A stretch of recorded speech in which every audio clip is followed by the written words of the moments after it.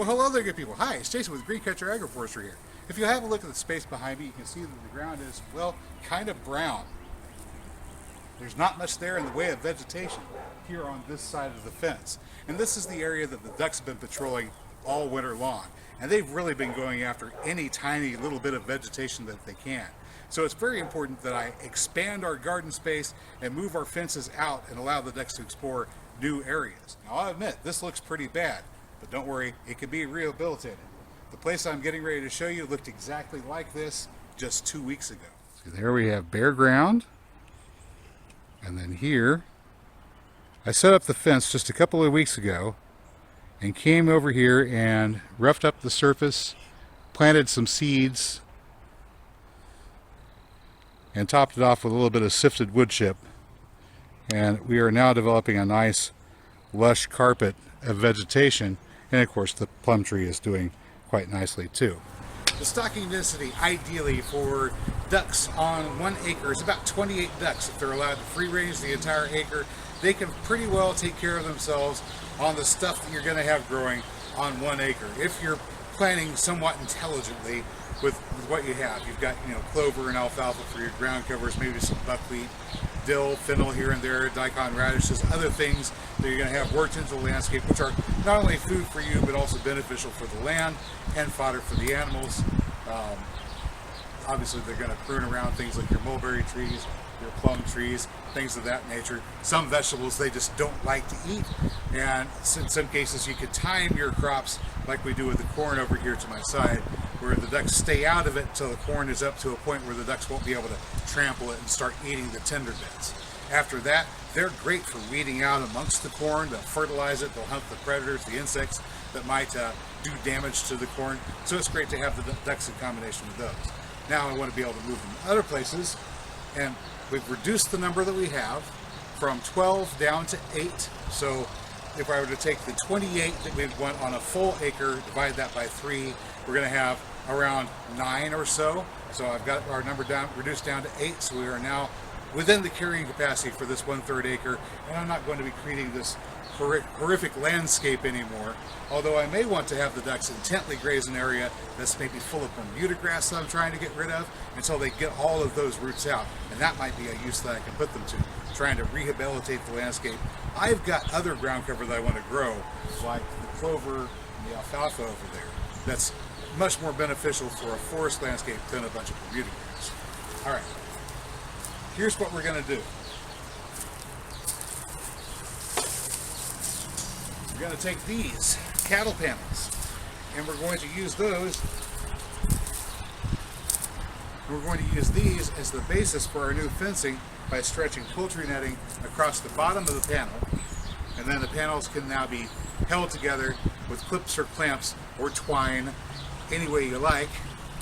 The one thing I need to do is remove the little sharp points from the ends of these, because those are no fun if you happen to run across them. That's how I got this little scar right here. So we're going to remove those and convert these half panels into mobile duck fencing panels. All right, you ready? All right, let's go.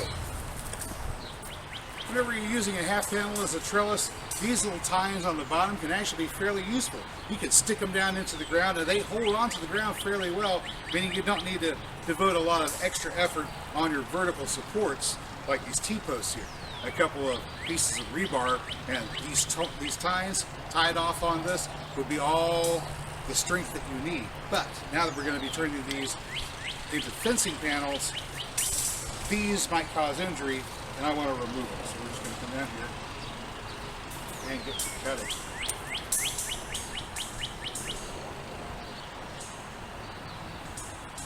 We're going to try to cut as close as possible. Don't worry if it doesn't come off right away. We'll fix that in a minute.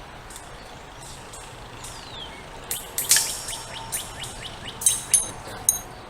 1, 2, 3, 4, 5. I've got 1, 2, 3, 4, 5. So we're keeping track of these.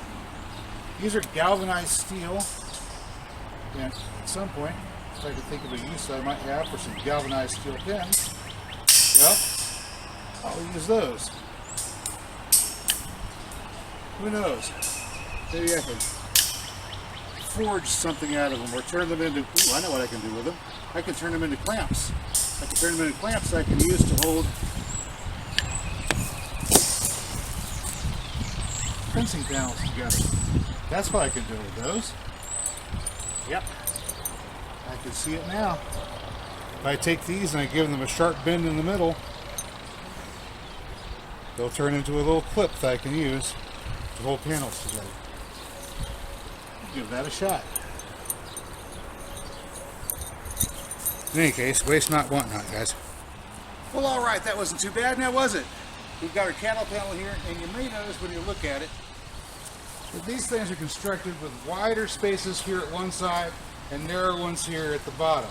Now, ordinarily, the narrow ones at the bottom would be to keep small critters from running through, but our ducks are able to get through a hole that size in all actuality. So we're going to add poultry netting, and we're going to go ahead and add it to this side. That way we actually have a little bit of benefit. The duck's not going to be able to fly up through that hole. Now we're just going to take the cut ends here of this fencing wire, and we're going to use those. Make sure we've got that little bit here so it doesn't slide. We're going to use those to wrap around.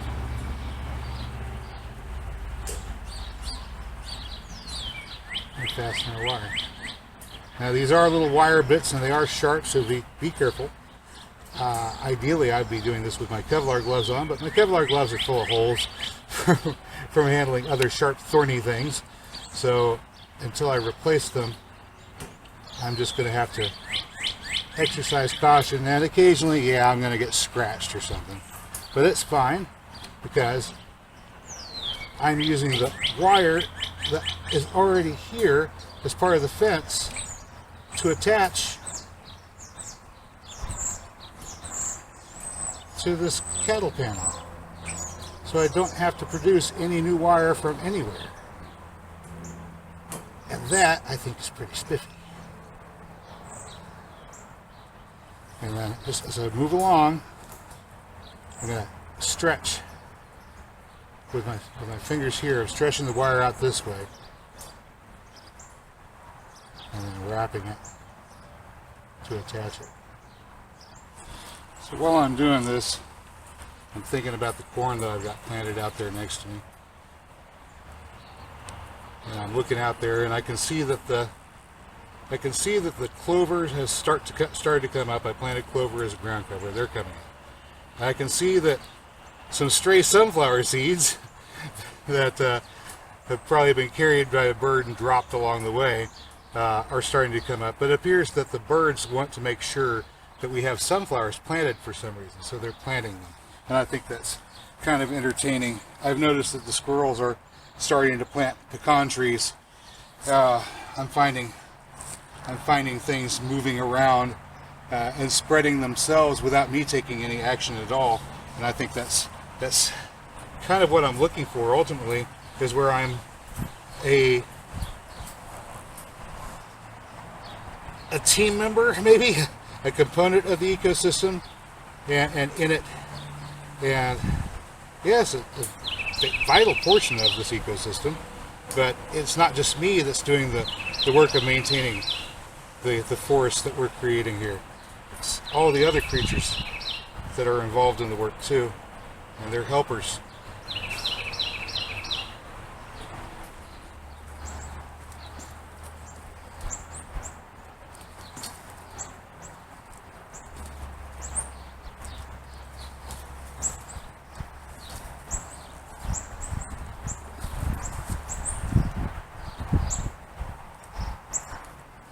Of course, we want to make sure that we have that one hex down here.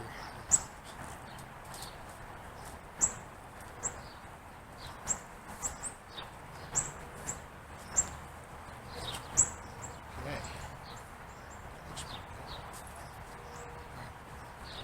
All right, folks. Now what I have here is a poultry panel. It is a half-length cattle panel with poultry netting on the lower 3 foot of it. The ducks aren't going to be able to get through that, and I can move these around and position them however I want. Because they have a rigid bottom, the ducks aren't going to be able to push underneath. So This is a very sturdy and modular mobile fencing solution that should allow me to move the ducks where I need them and keep them out of the places where I don't want them.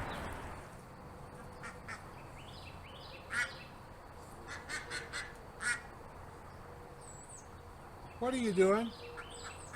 Huh? What are you doing? You get lost?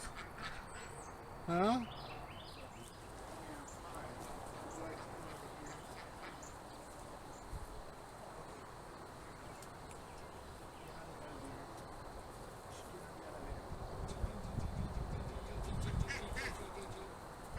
Hi, kitty. Hi.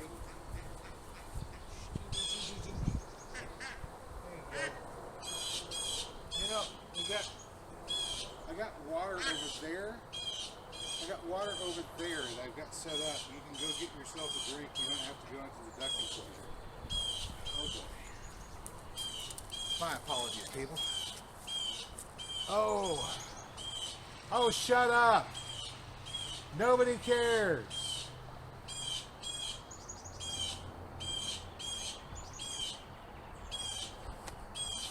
Okay, so we got Jerry Springer action going on in the trees over here. So as you can hear over there, Reepicheep is upset because Kiwap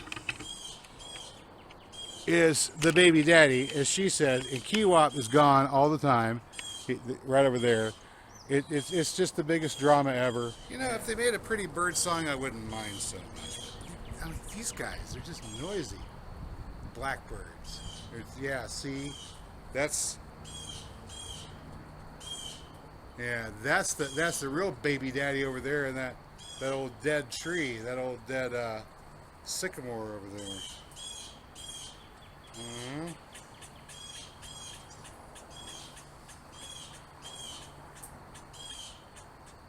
What?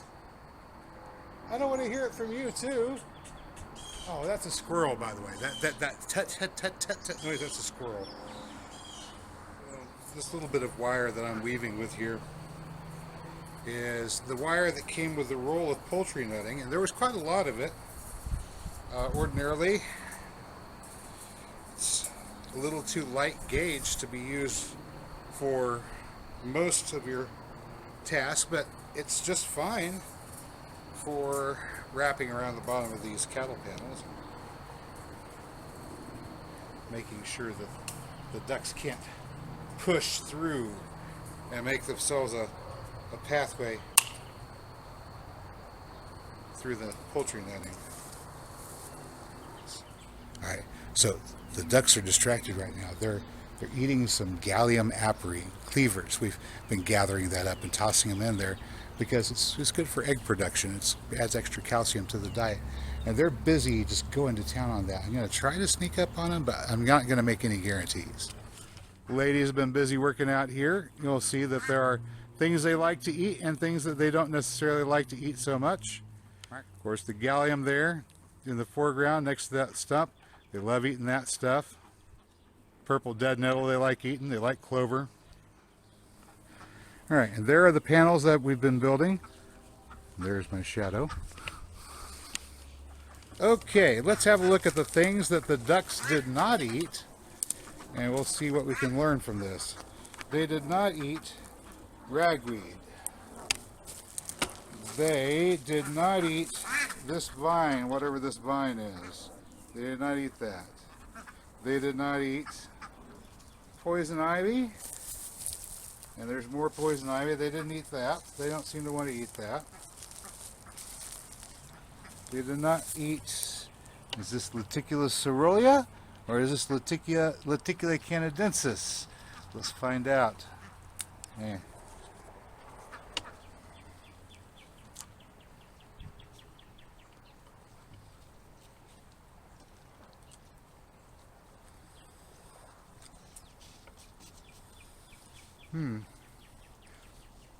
Not bitter. Canadensis. Some kind of umbellifer. That could be black lovage. I'm not sure. Somebody knows. Is that black lovage? Let me know. Alright. There's some gallium here that they missed. But it's not because they don't like it, it's just probably because it was mixed up with this vine and they just missed it. So, I know.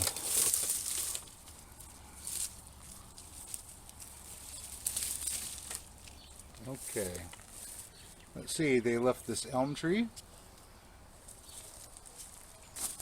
More of this umbelliferous plant, but they took everything down to the ground, all around it.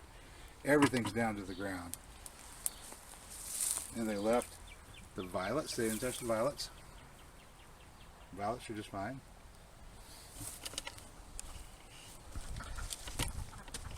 And they didn't really do much with this grass here, this clumping grass.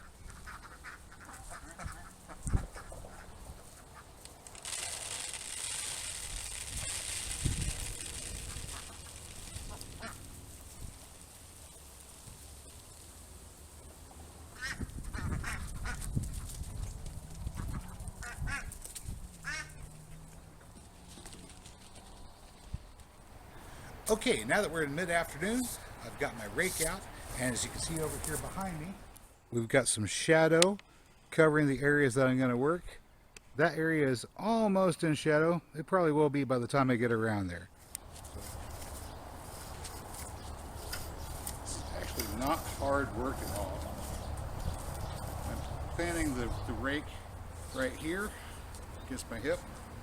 And now all I have to do, pull back, apply some pressure downwards on the top, and push pull.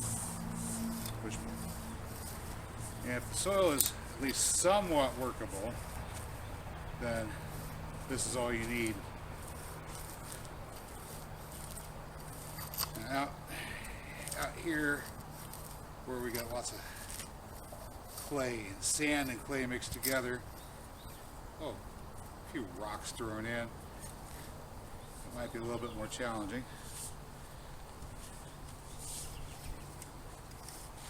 It's nothing I can't handle.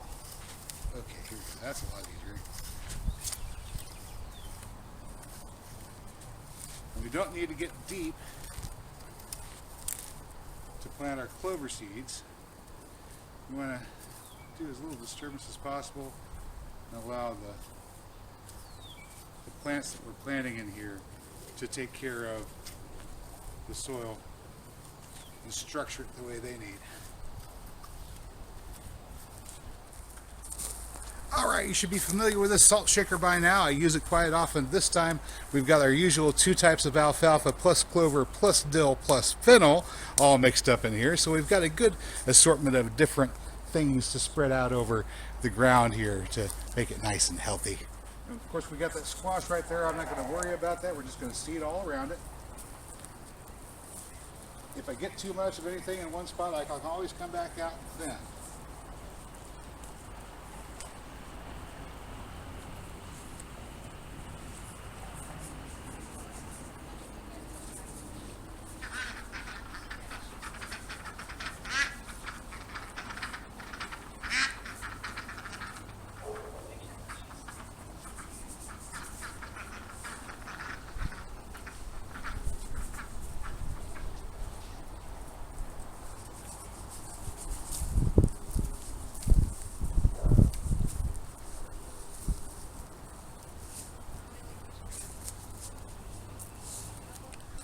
Now regretfully I did not have any daikon radish seed, so I was unable to plant daikon radish, but I do have some other things I can put out here. I've got some more sweet potatoes I can put out, and I also want to try out some different types of squash in this area as well.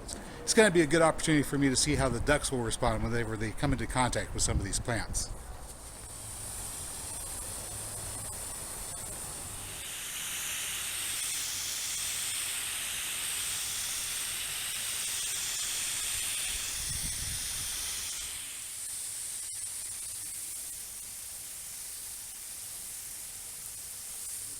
Hey, that's all I've got for you today, good people. As always, if you found this video informative or entertaining, you know what to do. I'll catch you next time. But until then, get out there and get growing.